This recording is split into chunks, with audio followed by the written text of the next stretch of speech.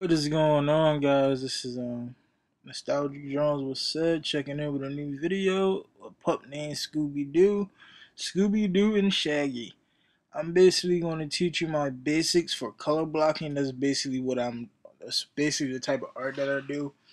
I don't use a black outline. All I do is just I build on top of color, basically. Use your color as the outline and everything, and use a darker color after that. You will be all set. See right here, I did this thing with Copic markers. I use the color pencil for certain colors that I didn't have. I didn't have this color right here, so I used a regular Crayola color pencil with the color in the dog color.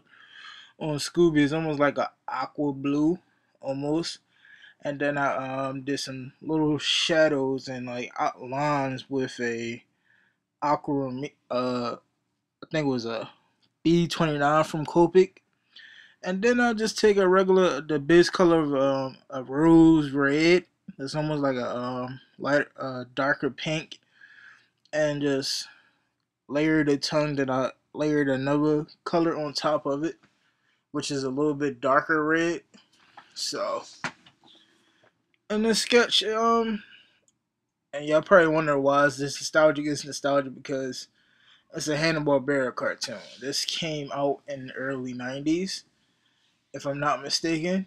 And the cartoon is just awesome. I just bought both seasons of this cartoon, and it's one of them cartoons you just have to love. It's the kid version of Scooby-Doo, and I find some of the characters in this a little bit better than the ones in the regular Scooby-Doo cartoon. But back to how I do this, I lay down a base brown for Scooby. It's basically, I think it's like a skin tone, it's an E15. I lay that down first. I get it in there nice and smooth. Sometimes you don't. It's this type of paper that you use. I don't use printer paper. I use sketchbook paper. So sometimes the marker do not get as saturated as I like to. Sometimes I'll go back and on the color to smooth it over at the end of the drawing, or I'll wait a day or two and go back over the color and smooth it out. But yeah, just get your base color down, get it in there nice.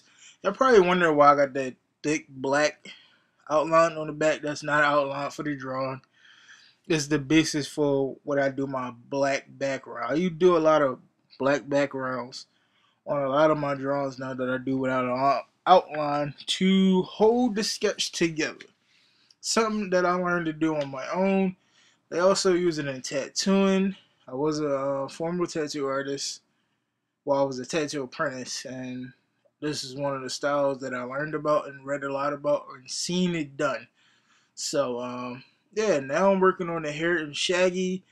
Basically the same E15, the light a dark suntan. It's like a dark a lighter brown, light brown on the hair because that's the color of Shaggy hair in the cartoon on the pup named Scooby-Doo. So you lay that down, get in there nice and smooth as you can, and then I work my way down to the shirt. I used a G05, which is an emerald green from Copic marker. I fill it in and get the shirt in, get it in nice and smooth. This green I don't use it a lot, so it's kind of still got that freshness to it, so it's easy for me to smooth it in. And then under the shirt, if you know how you get a little shadow on the shirt, I just used a lighter green. I think it was a YR10 or something like that. It's like a yellow green, and I have to use a B29 again on Shaggy's pants because his pants in the cartoon is like a navy blue color, and then the cuff is like a sky blue or a light blue. Even one would do, and his shoes are like a grayish color, so I did that with a cool gray. Well, no, with a neutral gray. So this drawing was pretty easy. If you follow these steps that I do, you should have no problem making your drawing look like this. Some people think I use watercolor. Some people think I use paint. And no, I just don't use a black outline. I just color block everything in, get everything in nice and smooth. When I follow the outline, you gotta don't just try this. Just practice and practice and practice. And if you try this on your own, um, go to my Facebook like page, Sketching with Sad Tattoo. Will be in a link below. Just go to my page. If you tried doing a sketch like this, post it on my wall and I'll check it out. I don't mind checking out people artwork. I'm not a professional artist. I'm self-taught myself, and I'm still learning. I just so happen to develop this style again, and I don't mind sharing it with people. Most people like black outlines. I don't care for them much, so this is what I do with them. I just go in straight with color and build off that color. You lay your base color, then you lay the darker shade of that color after, and you keep building on it. Then you do your little cast shadows and whatever else you want to do to it. Now I'm working on the skin tone on Shaggy, which was a E11, which is the light is brick beige. So I get that in nice and saturated, and actually I will sooner or later you will see me go back in over that and give it a little shadow, a little like line to the nose with a E13, which is a light suntan. So that's how I usually highlight my drawings when I do like beige skin tone. Um, you can do that with basically any skin tone or any color. You just build off. You just gotta build up off of it. You have to have at least the same type of color group or something that's almost in that color group to build off of it. Even if you coloring your skin tone with a peach color pencil, you can still build off of it with a marker. That's like a darker tone than that, but in that still that same skin tone family. But yeah, go right here with a Sharpie because I don't have a darker green right now. But you can do that with Sharpie. You can take it and like put a little shadow in there. I like to put shadows in my drawings because it gives it so much life. It gives it almost like a 3D look to it. And people say, how do you do that? Do you do that with paint? No, it's just markers and a lot of practice, and you gotta the know how. You have to. I didn't learn this style to draw this away from anybody. I learned it on my own. I just started doing it when I started my YouTube channel. I have a second YouTube channel. Well, my first YouTube channel, my main one. I just used. I was doing outline. First, I started off with pencil, then I used outline, then I used Charisma color markers, and then I build up from there. And see right here, this is what I'm talking about. You can go back into the sketch and saturate the color together, and you see how smooth that is. It looks fluent. So right now, you'll see me going back into Scooby, smoothing over the color, getting in there nice and saturated, and it was just fun, man. You have to have fun when you have a sketch. You have to,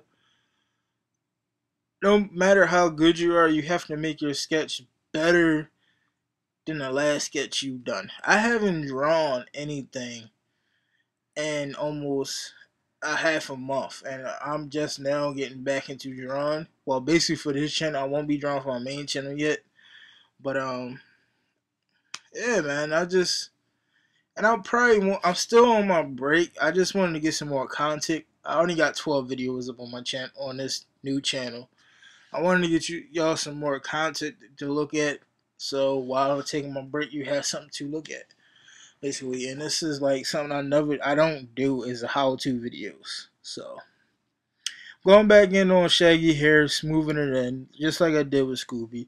And you can see the difference in how it is when you go back and smooth over the drawing. Now I'm going in and putting little shadows and highlighting Shaggy's face with the darker suntan or his darker skin tone to the drawing. And you can see how the drawing has basically come to life. It's almost 3D looking. If you looked at my paper right in front of you, like you actually watching a cartoon almost. It takes practice, man. You can't just do that shit over. You just can't do it overnight. I'm a cursor. I'm sorry. You're gonna hear a couple curse words every once in a while. This is why this is nostalgia drawing was said. If Any kids is watching this and you know about old cartoons, more power to you. Your parents raised you right. But now I'm going in with a dark brown. I think it's a